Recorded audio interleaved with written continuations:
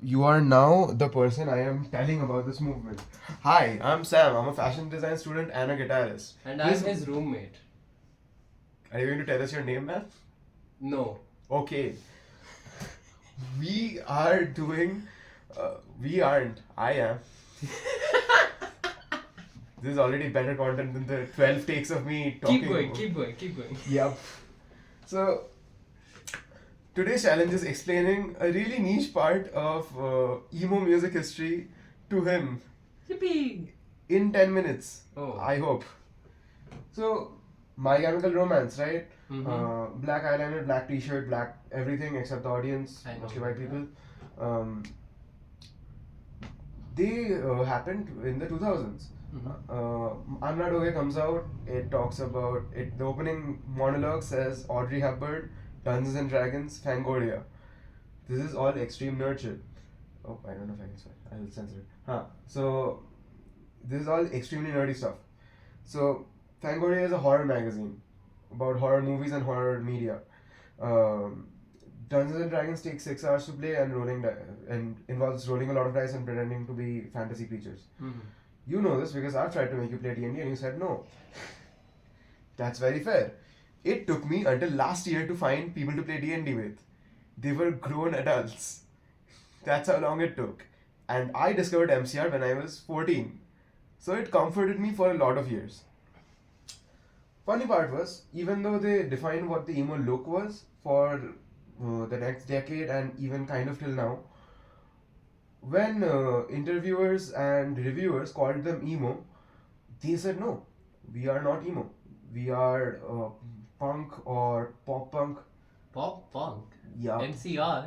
Yes, punk. Interesting. It classifies because the 90s emo movement was super different. Um, the 90s emo movement was not about nerds as in people who got bullied in high school for liking Iron Man. The nerd movement was MCR. That's what the nerdy part happened. The Right. 90s emo movement was sad. It happened right after the 1991 Gulf War. Everyone was really poor.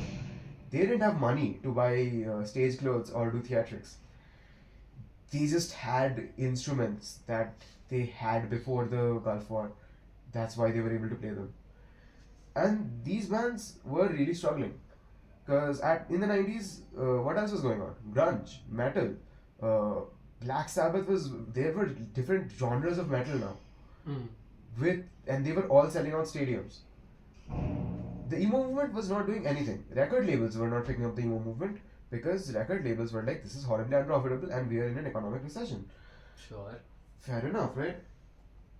So, why were they even playing? Why play guitar in the 90s in a niche abstract genre and put so much effort and beauty into it?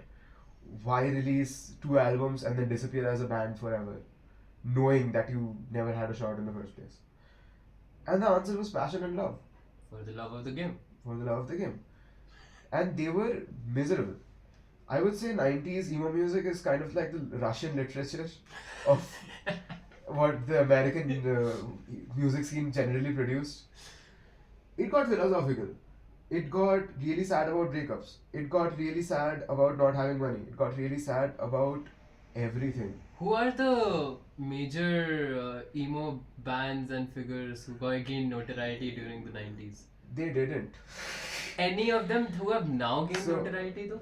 Notoriety? None. Mild fame, Jimmy Eat World. Full stuff. That's it. I guess, who was it? Scientific Real Estate is around. Mm-hmm. Smashing Pumpkins was never really emo. They had a similar like Makes scene, sense. but Makes sense. yeah, they never hopped in. Yeah. Go on. Yeah, so a lot of the like founding bands, however, like Mineral, Sensefield, Texas is the Reason, Far Apart, these are all bands that have disappeared off the face of the earth.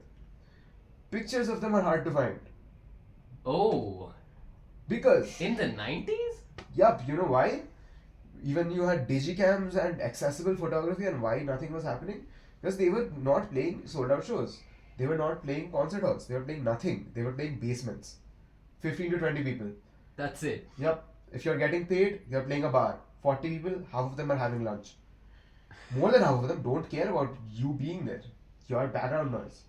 So, this emo look that Yeah. has been so popularized right now, Yeah, what was it during the 90s? nothing. They dressed like horribly normally. They wore t-shirts, shirts, jeans, trousers, shoes. So, that was your average Joe?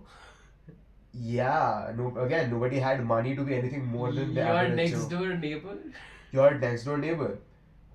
Funnier part, a lot of them had full-time jobs.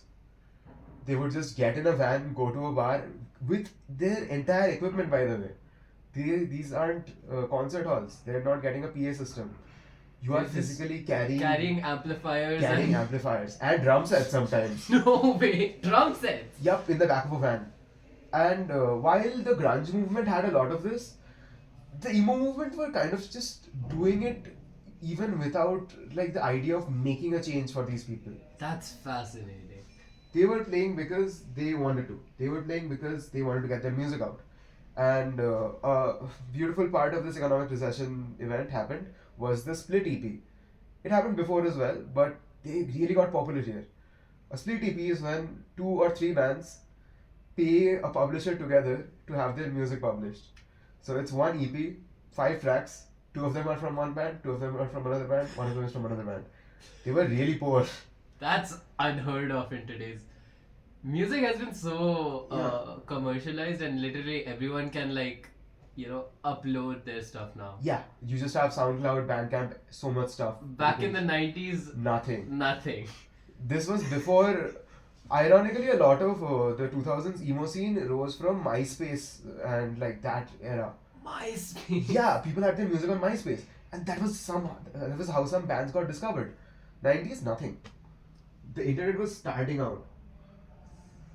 So That's fascinating because when you hear the word emo now, yeah, it's all makeup and chains and glam, right? To a point. To a point, yeah. They're at least wearing all black.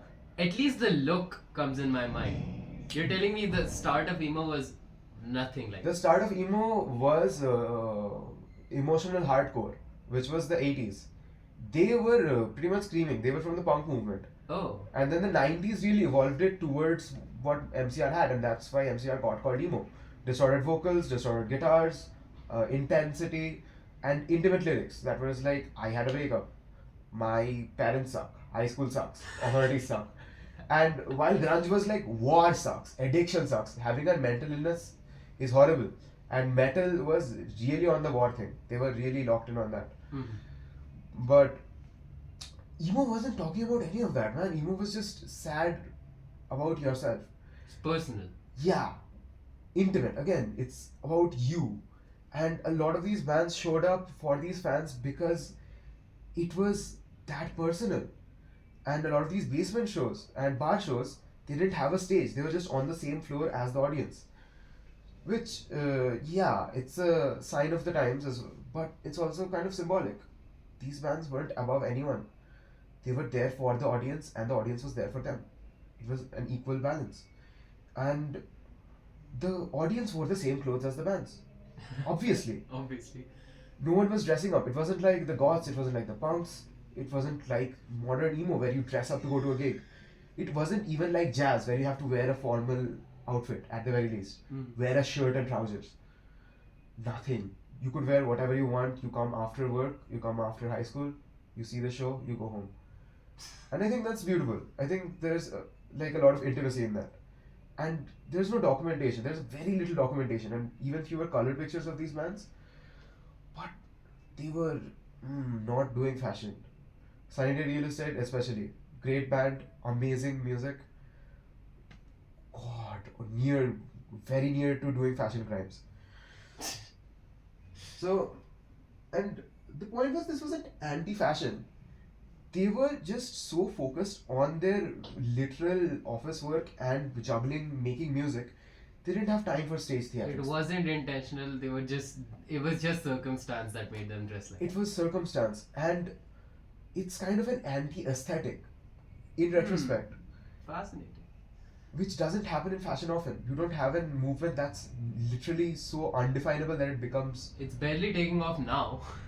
yeah. So, yeah, again, it's not taking off now. Jimmy Eat World is the only band that survived. Yeah. Being a sole survivor of a movement is not a good sign about your movement. Barely. Yeah.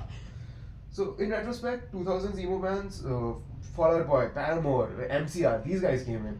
Then you had the scene kids, Chiodos, the Fall of Troy, and like the more modern emo guys like Silverstein and what's it called? Taking Back Sunday. These guys were all like had coordinated outfits at the very least, and they all wore Vans. And eventually, them all wearing Vans led to the Vans tour, which led to the Y2K and scene core movements, Fascinating. which have emerged again. The 90s emo scene aesthetic gone. Nothing. Similar to the documentation of the time, it's barely there. And I think it's really interesting to have a part of music history, especially something that became as visually important as emo, turned into a quiet, tiny corner of history in music. Uh, they weren't flashy and they got completely overshadowed by the aesthetics of the people that followed them. And but it wasn't about looking like anything at all. It was about finding comfort and catharsis in people who were struggling with the same problems as you, people who were working the same job as you. It was intimacy to the point of, oh, this guy and I will probably take the same cab home if he wasn't playing a guitar. Which is And profound. yeah, the fashion didn't trickle up or down because it was just stuck in the middle class. It's The lower class, the lower economic class, they had grunge. They had holes in their t-shirts, loose fits, and metal had everything going on with the chains and the patches and everything. And then jazz was again really cool formals and pop music even at the time in the 90s. They were having stage shows. yeah. Even someone old as hell like Phil Collins Yeah. was pulling off stage moves. Sold out shows looking like a Sold maths out teacher. shows. Yeah. And these guys, they just looked like they worked on Excel files. And it was in an era where the financial elite and the financial bottom class, they're fighting actively through culture. It's a cultural war. And 90s emo kind of died because of that and kind of never caught on because of that. It was in the middle of a war, both literally and figuratively. Mhm. The Gulf War happened. Metal and grunge are having the fight of their lives. Pop is in the mix. So there was not really a space for intimate personal connections and music that spoke that personally. It wasn't part of a movement. Songs were often about the writer's own life. Uh, so, and yeah, this movement just proved that fashion doesn't need to draw attention all the time. Sometimes, even for a profession like a musician, where you're on stage being watched all the time, fashion just means putting on an iron shirt and wearing good enough clothes, just getting by.